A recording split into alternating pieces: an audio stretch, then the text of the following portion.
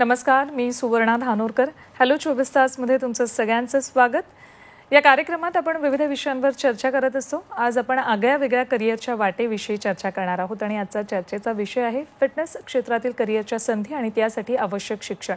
आणि याविषयी मार्गदर्शन करण्यासाठी आमच्या स्टुडिओत आले आहेत इंटिग्रेटेड फिटनेस अँड स्पोर्ट्स इन्स्टिट्यूटचे संस्थापक निखिल आष्टेवाल.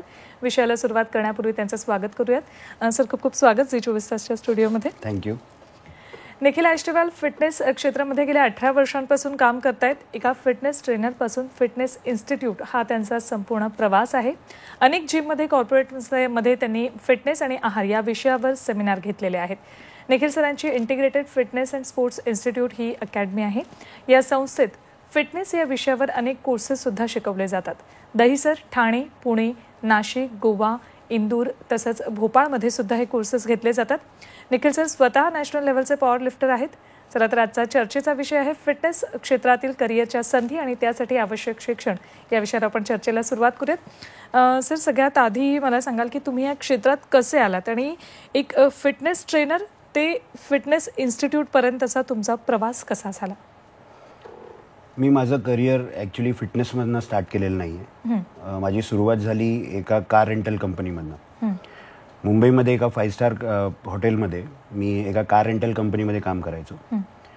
पण तो जॉब प्रोफाईल काय आवडत नव्हता मला. म्हणजे एक जॉब सॅटिस्फॅक्शन पाहिजे, ती जॉब सॅटिस्फॅक्शन नव्हती. आणि म्हणून मग माझा आवडता विषय होता तो फिटनेस आधीपासून, फिटनेस आणि व्यायाम. तर मी शोध लावला की ह्याच्यामध्ये कुठले कोर्सेस आहेत का आणि ह्याच्यात एक करिअर घडू शकतो का. आणि असं करता मी ह्याचे कोर्सेस केले. म्हणजे ऑलमोस्ट सगळेच कोर्सेस केले मी. म्हणजे फिटनेस ट्रेनर कोर्स किंवा न्यूट्रिशन कोर्स, मग अजून स्पेशल पॉप्युलेशन कोर्सेस असतात ज्याच्यामध्ये विविध प्रकारचे जे मेडिकल कंडिशन्स असतात अशा लोकांना ट्रेनिंग कसं द्यायचं ह्याचे कोर्सेस केले. मग त्याच्यानंतर एक अमेरिकन सर्टिफिकेशनची एक्झामिनेशन मी दिली. आणि हे करता करता मग मी ट्रेनर झालो आणि मग वेगवेगळ्या डेझिग्नेशन्सवरती मी काम केलं. म्हणजे लोकांना कदाचित माहिती पण नाही की त्यांना असं वाटतं की फक्त तुम्ही ट्रेनर बनून राहता फिटनेस इंडस्ट्रीमध्ये, पण असं नाही आहे. इथे पण वेगवेगळे पोस्ट आहेत. तुम्ही पुढे मॅनेजर बनू शकता, तुम्ही जनरल मॅनेजर बनू शकता. आणि असं करता करता मी जिम मॅनेजमेंट्स घ्यायला लागलो आणि मग माझी स्वतःची एक अकॅडमी मी उघडली. तर हा पूर्ण माझा एक प्रवास होता. आणि यात मी फॅकल्टी पण झालो, सिनियर फॅकल्टी पण झालो, मग हेड ऑफ द डिपार्टमेंट पण झालो त्याच्यात. म्हणजे असा माझा एक प्रवास होता या इंडस्ट्रीमध्ये. पण विद्यार्थ्यांना जर या क्षेत्रात करिअर घडवायचं असेल तर त्यांना तुम्ही काय सांगाल आणि कशा पद्धतीने त्यांनी करिअर या क्षेत्रामध्ये घडवायला हवं? कुठल्याही स्ट्रीमचा विद्यार्थी असू दे, तो सायन्स असू दे, कॉमर्स असू दे किंवा आर्ट्सचा विद्यार्थी असू दे, ते इकडे करिअर घडवू शकतात. पुरुषांसाठी, स्त्रियांसाठी, दोघांसाठी इथे ऑप्शन्स आहेत, करिअर ऑप्शन्स आहेत.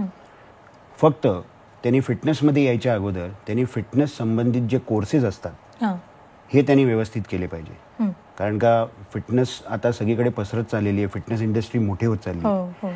आणि ह्याच्यात पण भरपूर टेक्निकल नॉलेज आपल्याला लागतं, म्हणजे एज्युकेशन लागतं. म्हणजे भरपूर लोकांना असं वाटतं की फिटनेसमध्ये तुम्हाला काही शिकायला लागत नाही, असं खूप लोकांची समज आहे. पण ते खरं नाही आहे. म्हणजे ह्याच्यामध्ये पण सायंटिफिक टॉपिक्स जसे कायनेसॉलॉजी झालं, फिजिओलॉजी झाली, ॲनाटॉमी झाली, या वस्तू आपल्याला, या विषय आपल्याला शिकायला लागतात. आणि मग त्याच्यापुढे तुम्ही एक सक्सेसफुल फिटनेस प्रोफेशनल बनू शकता. म्हणजे विद्यार्थ्यांनी, ते कुठल्याही स्ट्रीमचे विद्यार्थी असू दे, त्यांची जर फिटनेसबाबत, न्यूट्रिशनबाबत अंडरस्टँडिंग चांगली आहे, ओके, आणि जर ते स्वतःला अपग्रेड करू शकतात तर त्यांनी या इंडस्ट्रीमध्ये येऊन आपलं करिअर ते घडवू शकतात. थोडक्यात आवड असणं जास्त महत्त्वाचं आहे. आवड असणं खूप इम्पॉर्टंट आहे आणि स्वतःला अपग्रेड करत राहणं सर्वात महत्त्वाचं. म्हणजे स्वतःला अपग्रेड करणं, वाचन करणे, वेगवेगळे रिसर्च असतात, मग ते रिसर्च वाचत राहणे, मग त्या रिसर्चमधनं आपण काय शिकतो. कारण का जे कॉन्सेप्ट अगोदर होते फिटनेसमध्ये ते सर्व कॉन्सेप्ट आता बदलले आहेत. बरं, फिटनेस इंडस्ट्री ही पसरत चाललेली आहे. आपल्याला आता हे दिसतं इंडियामध्ये बाहेरच्या देशातनं मोठमोठ्या कंपनीज हे इकडे येऊन आपले चेन ऑफ जिम्स उघडतात. एवढे जिम उघडत आहेत आणि एवढे फिटनेस सेंटर्स उघडत आहेत इकडे. पण या सगळ्या फिटनेस सेंटर्समध्ये आपल्याला सर्टिफाईड ट्रेनर्स लागतात, म्हणजे नॉलेजेबल ट्रेनर्स लागतात. नॉलेजेबल ट्रेनर्स नसतील तर इंजरी होण्याचे चान्सेस जास्त, दुखापती होण्याचे चान्सेस जास्त. आणि म्हणून तुम्ही व्यवस्थित ह्याच्यात अभ्यास केला पाहिजे. याचं व्यवस्थित तुम्ही एक नॉलेज घ्या, चांगला एक व्यवस्थित कोर्स करा. असा कोर्स करा की ज्याच्यामध्ये ॲक्युरेट नॉलेज तर दिलंच जाईल तुम्हाला, पण ते सोप्या भाषेमध्ये तुम्हाला दिलं जाईल. आणि मग अशा पद्धतीने तुम्ही एक चांगला खूप उत्तम करिअर तुम्ही या क्षेत्रामध्ये घडवू शकता. आणि सध्याच्या घडीला भारतामध्ये फिटनेस कॉन्शियसनेस खूप जास्त आलेला आहे, त्यामुळे या इंडस्ट्रीला मला वाटतं मरण नाही आहे कधीच. हो, बिलकुल नाही, बिलकुल नाही. एक गैरसमजूत पण मी सांगतो, इकडे लोकांना असं वाटतं की फिटनेसमध्ये तुम्ही करिअर म्हणजे किती वयापर्यंत तुम्ही हे करिअर करू शकता. ओके, तर असं बिलकुल नाही आहे. तुम्ही आयुष्यभर हे करिअर तुम्ही ॲज अ करिअर ह्याला घेऊ शकता. ओके, इनफॅक्ट या इंडस्ट्रीमध्ये एक सर्वात चांगली गोष्ट काय आहे, हा एक नोबल प्रोफेशन आहे. नोबल प्रोफेशन म्हणजे एक चांगला प्रोफेशन आहे. तुम्ही आपण डॉक्टरांना बघतो, तर डॉक्टर जे असतात हे आजारी लोकांना बरं करतात. पण आपण लोकांना आजारी पडूच देत नाही, आपण त्यांची कार्यक्षमता वाढवतो. फक्त आपल्या क्लायंट्सचीच आपण कार्यक्षमता वाढवतो असं नाही, तर आपली स्वतःची पण कार्यक्षमता वाढते याच्यामध्ये. ओके, आपल्याला कुठले रोग होत नाही, आपल्याला आजार होत नाही, आपण इंडिपेंडेंट होतो काम करण्याच्या बाबतीत. ओके, आणि इनफॅक्ट एक मोठा इफेक्ट तुम्हाला मी सांगतो फिटनेसचा, ज्याला आम्ही म्हणतो anti ageing effect. Anti ageing effect म्हणजे तुम्हाला वय कळून येत नाही. ओके, काम करण्याची क्षमता आपली वाढते. तर या इंडस्ट्रीमध्ये पण असं नाही आहे की इकडे रिटायरमेंट लवकर आहे. ओके, म्हणजे भरपूर लोकांना असं वाटतं की इकडे लवकर रिटायरमेंट आहे, तुम्ही किती वर्ष तुम्ही अशी ट्रेनिंग देणार लोकांना. ओके, मुलांनी किंवा मुलींनी हा विचार केला पाहिजे की आपण ग्रोथ केलं पाहिजे. तुम्ही फक्त ट्रेनर बनून राहू नका, आपल्याला पुढे जायचं आहे. मग तुम्ही फ्लोअर मॅनेजर बना, प्रोग्रॅमर बना, सिनियर फिटनेस काउन्सिलर बना. ओके, ॲडमिन आणि सेल्समध्ये तुम्ही जाऊ शकता, तिथे तुम्ही मॅनेजर बनू शकता, जनरल मॅनेजर बनू शकता. म्हणजे आपला हुद्दा वाढतो, आपली डेझिग्नेशन वाढते. पुढे जाऊन जिम्स घ्या मॅनेजमेंटवर आणि स्वतः एक ओनर बना, एक प्रोप्रायटर बना. तर या क्षेत्राला बिलकुल मरण नाही आहे. इनफॅक्ट हे खूप चांगलं क्षेत्र आहे आणि आपण लोकांची मदत करतो आणि प्लस आपण स्वतःची पण मदत करतो. आपण व्यवस्थित आपलं करिअर घडवू शकतो आणि आपण सेटल होऊ शकतो. फिटनेस म्हणा किंवा मग आहार म्हणा, या बाबतीत आपल्याला टेक्निकल माहिती असणं आवश्यक आहे का, जर या क्षेत्रात करिअर करायचं असेल तर? हो, भरपूर. म्हणजे माझ्या मते फिटनेस किंवा न्यूट्रिशन सारखे या फील्डमध्ये सर्वात जास्त टेक्निकल पॉईंट्स तुम्हाला दिसतील. सर्वात जास्त टेक्निकल पॉईंट्स तुम्हाला दिसतील. ओके, फॉर एक्झाम्पल आपण लहान गोष्टी, आपण व्यायाम कसे बनवतो. तुम्ही जिममध्ये जाता आणि आपण लोकांना बघतो आपण की लोक व्यायाम करतात, वेगवेगळ्या मसल्सचे व्यायाम करतात. मग हे व्यायाम बनवताना पण ह्याच्यामध्ये पण सायन्स आहे. ओके, म्हणजे आपण समजा एखादा मसल बायसेपचा आपण व्यायाम करतो, मग त्याच्यामध्ये बायसेप हा कुठून सुरू होतो, हा कुठे संपतो, कुठल्या हाडावरनं तो सुरू झाला, कुठे तो संपला, त्याची ॲक्शन काय आहे, या गोष्टी आपण कायनेसॉलॉजीमध्ये शिकतो. म्हणजे त्या बायसेपची क्रिया. आणि तुम्हाला त्या बायसेपची क्रिया एकदा कळली आणि मग तुम्ही त्याला वजन दिलं की तो व्यायाम होतो. बरोबर. आता आहाराबद्दल आहाराबद्दल जाणून घ्यायचे, पण तुम्ही काही फोटोग्राफ्स पण आणलेले तर जरा ते प्ले कराल, म्हणजे आपल्या प्रेक्षकांना सुद्धा बघायला मिळतील. हो, आणि आहाराबद्दल सुद्धा जाणून घेऊयात आपण. आहाराबद्दल काय काय सांगत होतात तुम्ही? आहाराबद्दल मी हे सांगत होतो की एक उदाहरण देतो तुम्हाला मी. खूप वर्षापासून लोकांना असं वाटायचं की आपण म्हणजे क्लोरोस्ट्रोल हा धोकादायक आहे. बिलकुल. अजून पण काही लोकांना असं वाटतं. काही प्रमाणात क्लोरोस्ट्रोल आपल्या बॉडीमध्ये गरजेचं आहे, कारण का आपल्या शरीरामध्ये जे इम्पॉर्टंट हॉर्मोन्स आहेत ते सर्व क्लोरोस्ट्रोलनी बनतात. आपल्या शरीरामध्ये आपला जो फॅट पचवणारा बाईल आहे हा क्लोरोस्ट्रोलनी बनतो.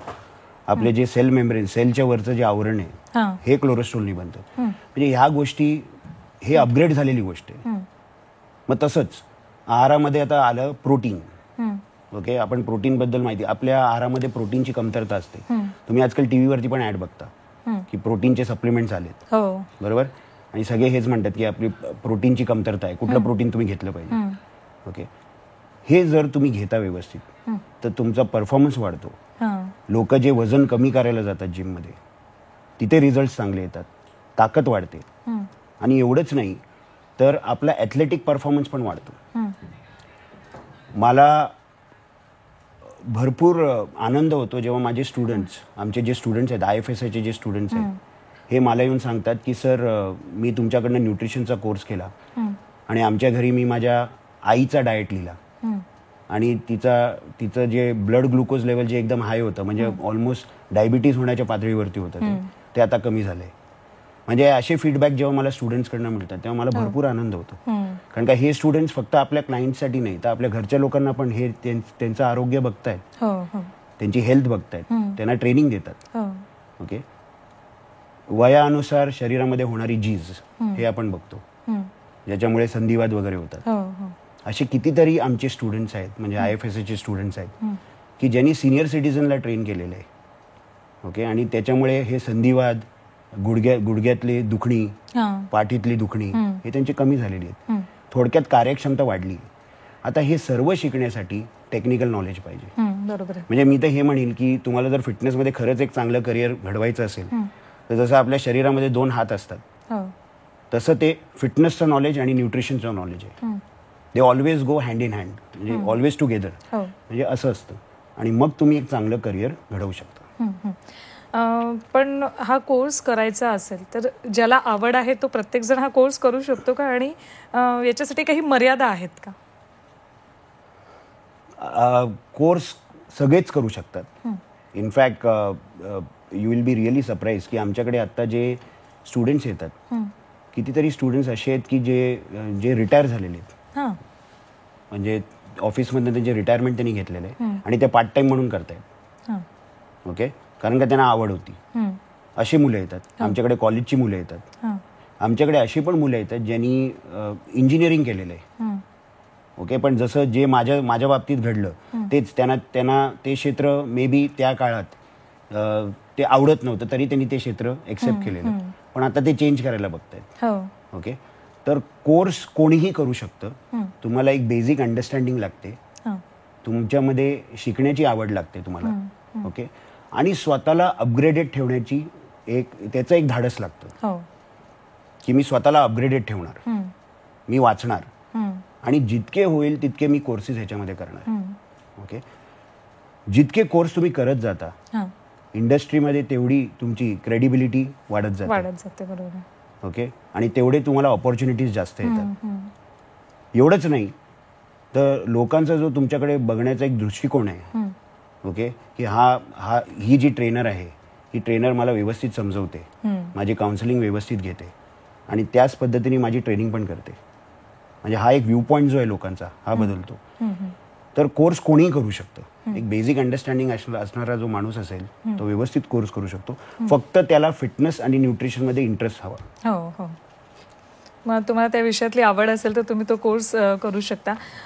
हे झालं आपलं सामान्य लोकांचं, पण जे खेळाडू असतात त्यांनी नेमका कोणता कोर्स करायला हवा ज्यामुळे त्यांना फायदा होऊ शकेल?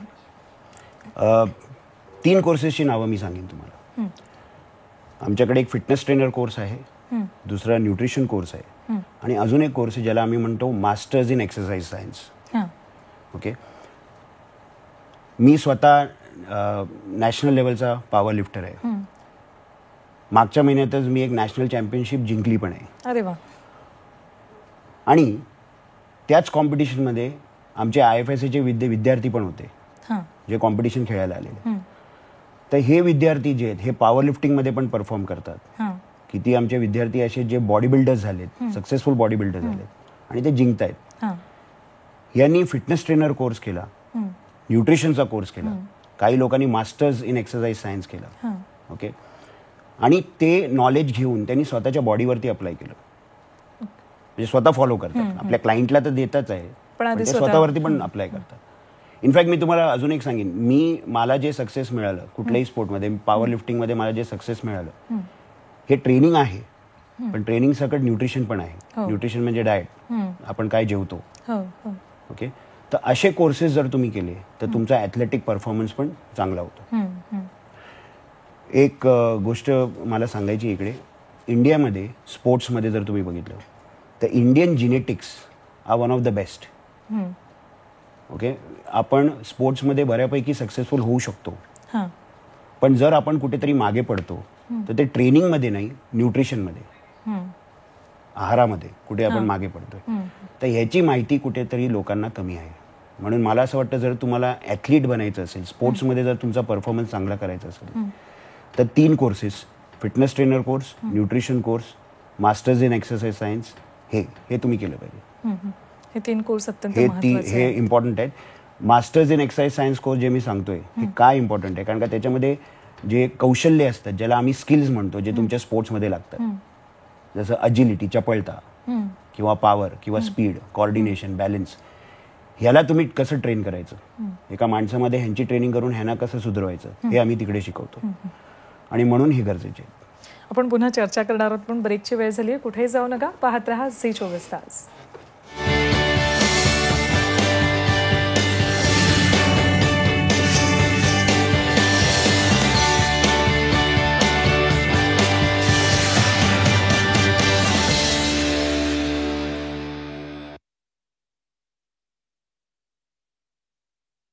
सर, IFSI मध्ये नेमकं कशा पद्धतीने कोर्सेस शिकवले जातात सगळ्या विद्यार्थ्यांना? आमच्या अकॅडमीमध्ये म्हणजे इंटिग्रेटेड फिटनेस अँड स्पोर्ट्स इन्स्टिट्यूटमध्ये प्रत्येक टॉपिकचा एक फॅकल्टी आहे.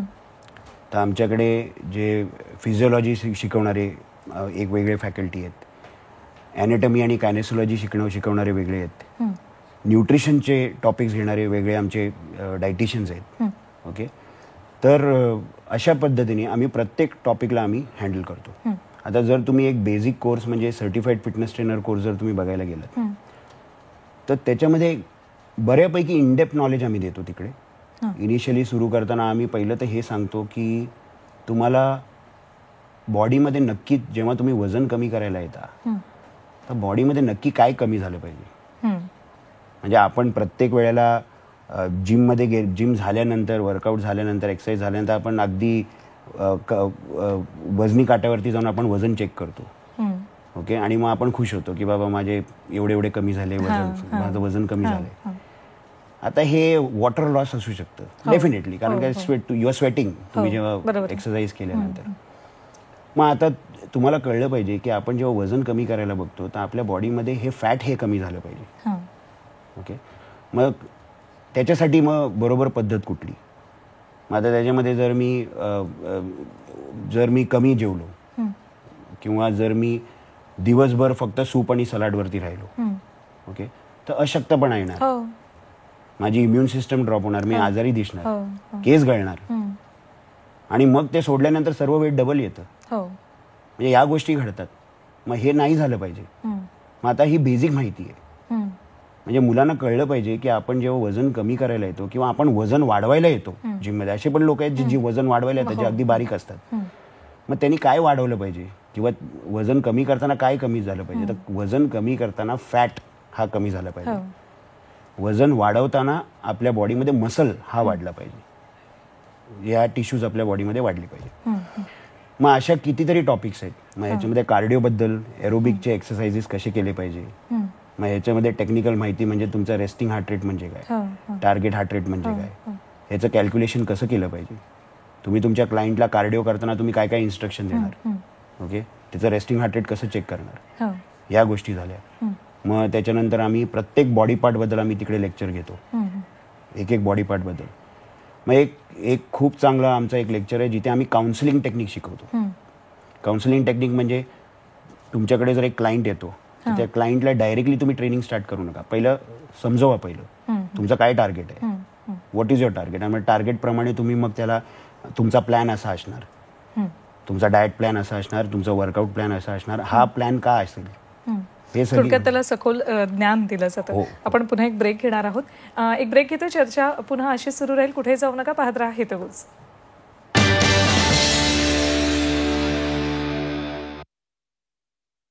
सर, आपण इतका वेळ या सगळ्या क्षेत्रातल्या कोर्सेस विषयी बोलत होतो, कोण करू शकतं तेही तुम्ही सांगितलं. पण जर फिटनेस क्षेत्रामध्ये करिअरच्या ज्या काही विविध संधी आहेत त्याबद्दल जर सांगायचं असेल तर काय सांगाल आपल्या प्रेक्षकांना? फिटनेसमध्ये तुम्ही व्यवस्थित एक कोर्स केल्यानंतर तुम्ही फक्त इंडियामध्येच काम करू शकता असं नाही, तुम्ही बाहेर पण जाऊ शकता. इंटरनॅशनल लेवलला पण जाऊन तुम्ही काम करू शकता. इनफॅक्ट तुम्हाला एक माहिती मी देईन, IFSI मधले स्टुडंट्स हे एक अमेरिकन क्रूज लाईन कंपनी आहे ज्याला आम्ही म्हणतो स्टायनर, म्हणजे ज्याचं नाव स्टायनर आहे, तिथे त्यांचं सिलेक्शन होतं. आणि ते ऑन बोर्ड नोकरीसाठी जातात, म्हणजे क्रूज शिप्सवरती ते जातात. आमचं अफिलिएशन एक एड्युफिट नावाची एक अकॅडमी आहे, जी UK बेस्ड अकॅडमी आहे. यांच्याबरोबर आमचं अफिलिएशन आहे. त्यांचा कोर्स केल्यानंतर तुम्हाला तिथे काम करण्याची संधी मिळते, UK आणि आयर्लंडला.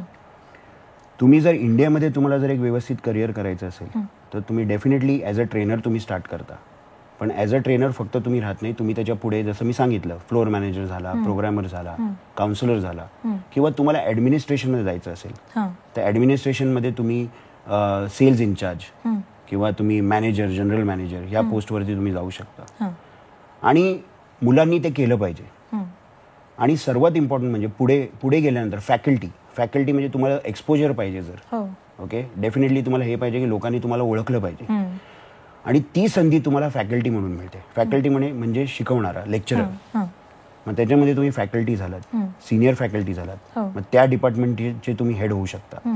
ओके, मग अशा पद्धतीने तुम्हाला संधी आहे. आणि त्याच्या पुढे यू बिकम अ प्रोप्रायटर. थोडक्यात खूप मोठा हा व्यवसाय आहे, खूप चांगल्या संधी सगळ्यांना इथे आहेत. सर, या क्षेत्राविषयी इतकी छान माहिती दिली त्याबद्दल खूप खूप धन्यवाद. थँक्यू. यानंतर हॅलो 24 तासमध्ये इथेच थांबतोय. ताज्या बातम्यांसाठी पाहत रहा झी 24 तास. रहा एक पाऊल पुढे.